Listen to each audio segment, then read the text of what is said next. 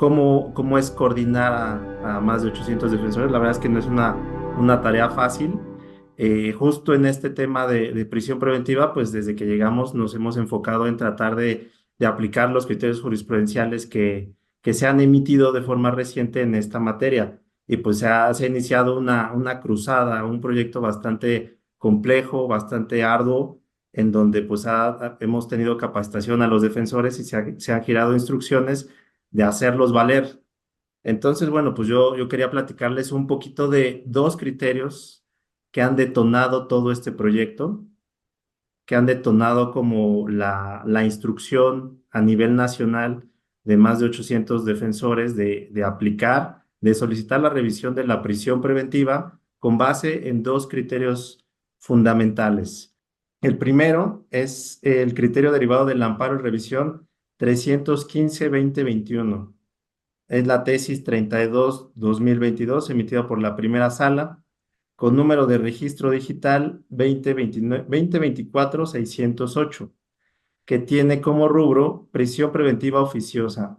Procede a revisar su duración en el plazo de 2 años y en su caso determinar si cesa o se prolonga su aplicación. Este criterio, como les decía, fue derivado de un amparo en revisión promovido o interpuesto aquí por la Defensoría Pública en un caso.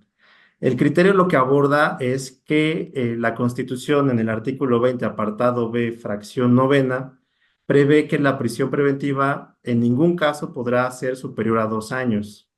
Es decir, que tú deberás ser juzgado o juzgada en un plazo máximo de 2 años para que cese si está sujeto a la prisión preventiva y se emita una sentencia.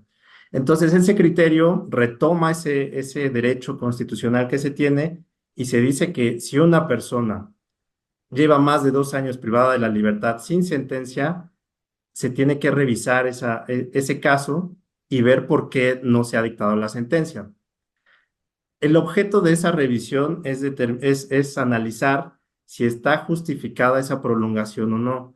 Es decir, si en términos generales el sistema o el aparato de justicia no ha incurrido en violaciones a derechos humanos y si se encuentra justificado el exceso del juicio, el exceso del proceso sin que se dicte sentencia, para lo cual la persona juzgadora va a tomar en cuenta tres aspectos fundamentales, que será la complejidad del asunto, la actividad procesal del interesado y la conducta de las autoridades. Es decir, si es un asunto complejo y la parte indiciada o imputada ha sido como muy proactiva en ese juicio, en ese proceso, y eso ha derivado en la dilación del proceso, pues podríamos decir que está justificada la prolongación, es decir, que la prisión preventiva ya ha durado más de 2 años. Entonces, ahí la persona juzgadora tiene que abrir un primer debate en la revisión de esta medida. El primer debate va a ser que las partes le expongan por qué se ha prolongado ese proceso. Cabe destacar que aquí la carga de la prueba la tiene la fiscalía. La fiscalía tiene que decir, bueno, su señoría, este proceso se ha prolongado o se ha dilatado pues porque es un asunto complejo, es un delito con muchos procesados, un delito complejo, hay muchos autos, muchos tomos, etcétera. Entonces, ese sería un primer aspecto a considerar. El otro sería la actividad procesal del imputado, que sería, bueno, cuántos medios de prueba ha solicitado, cuántos recursos ha interpuesto y si eso ha incidido en el tiempo del proceso. El último sería la conducta de las autoridades, es decir, si la fiscalía ha tenido alguna dificultad para llegarse a los medios de prueba, si el juzgado paró porque hubo COVID. Entonces, todos esos son aspectos que tiene que analizar el juzgado, el juez que está revisando esta medida cautelar y determinar dos cosas, bueno, dos posibilidades. Una, que esa prolongación del juicio, del proceso, ha sido justificada. En ese caso, abre un segundo debate en el que la fiscalía tendrá que comprobar, o más bien tendrá que solicitar si desea que esa medida en internamiento continúe. ¿Ok? Entonces, retomando, Si el tribunal jurisdiccional determina que la prolongación está justificada porque el asunto fue complejo, porque la actividad de las partes así lo ameritaba, si el juez determina que la prolongación está justificada, entonces abre un segundo debate y la fiscalía tendrá que justificar ahora, si es que lo desea, que la persona continúe privada de la libertad bajo esa misma medida cautelar, que es la prisión preventiva. Caso contrario, si el juez determina que la prolongación es injustificada, esto quiere decir que tal vez no es un asunto complejo, que tal vez la fiscalía está dilatando el proceso de forma dolosa. En ese caso, el tribunal lo que tiene que determinar es la libertad inmediata de la persona, sin perjuicio de que pueda imponer cualquier otra medida cautelar, porque recordemos que hay diversas medidas cautelares, pero que no se trate de la privativa de la libertad, que no se trate de la reclusión de la persona. Entonces, bueno, retomando. Este criterio lo que dice es que cuando la prisión preventiva exceda de 2 años, se tiene que revisar y en ese debate se tendrá que analizar la complejidad del asunto, y la actividad procesal de las partes en términos generales. ¿Ok? Si el juez o la persona juzgadora determina que esa prolongación está justificada, tiene que abrir un segundo debate para ver si esa medida cautelar debe continuar o no. En ese segundo debate, el Ministerio Público, siempre la carga de la prueba la tiene el Ministerio Público, pero el Ministerio Público tiene que acreditar la necesidad de que esa medida cautelar continúe. Esto quiere decir que tiene que justificar que la medida es idónea, que es necesaria y que es proporcional en sentido estricto para lograr uno de los fines que constitucionalmente prevé cualquier medida, o más bien que cualquier medida pretende alcanzar. Esto es que la persona no se va de la acción de la justicia, que no se cause un daño a las víctimas o testigos y que no entorpezca la investigación. Entonces, en ese segundo debate, la fiscalía tiene que probar, primero, que la medida, o sea, que la prisión preventiva tiene que continuar para alcanzar una de esas tres finalidades, o las tres, o dos, a través del llamado test de proporcionalidad, es decir, que la medida será idónea, necesaria y proporcional. Si no lo acredita así la fiscalía, entonces también la persona juzgadora tendrá que determinar el cese de la prisión preventiva.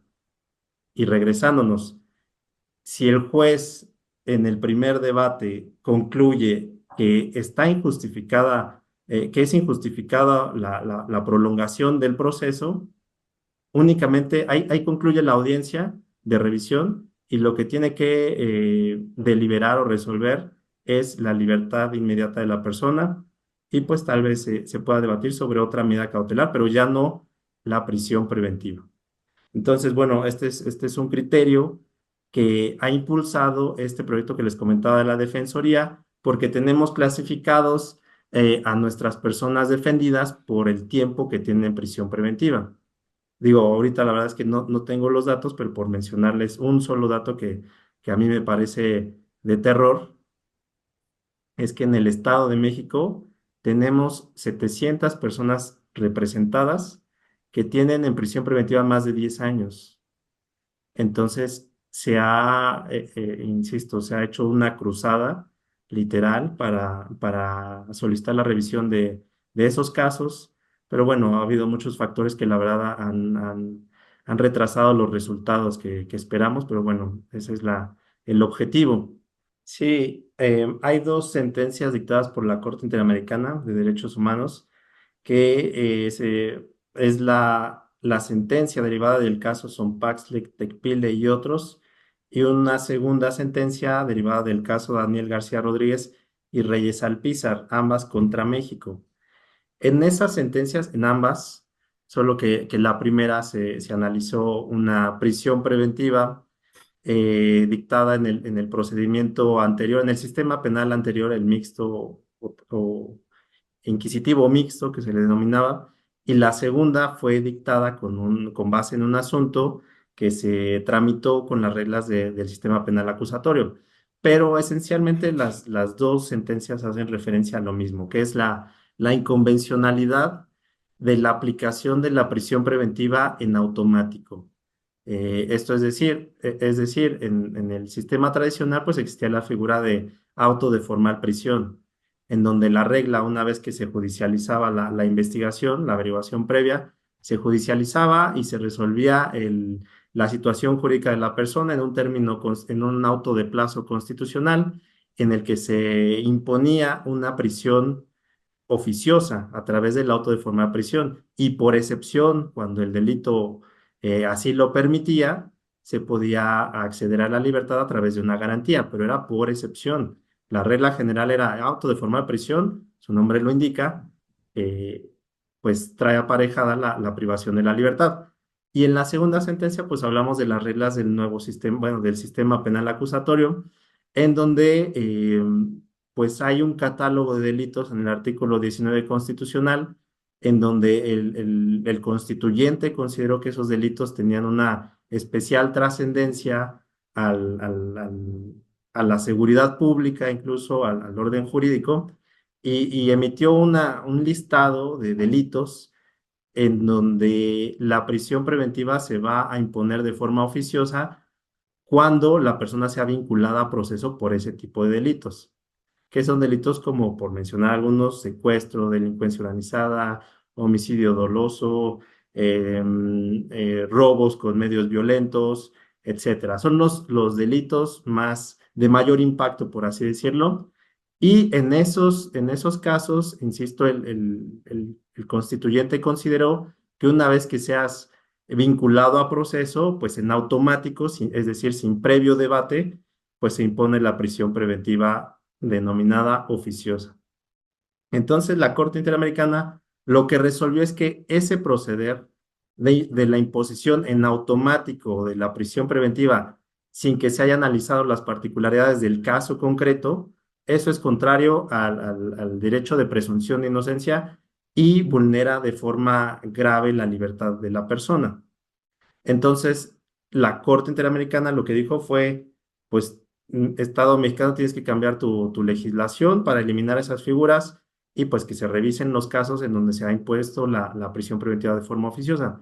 Entonces, esa es la segunda parte del proyecto de acá de la Defensoría, en donde estamos primero haciendo valer estas sentencias de la Corte Interamericana en los casos nuevos, en donde se pretendan hacer, o donde se pretenda vincular a las personas por este tipo de delitos y la imposición de la prisión preventiva oficiosa, o sea, se hacen valer estos criterios jurisprudenciales.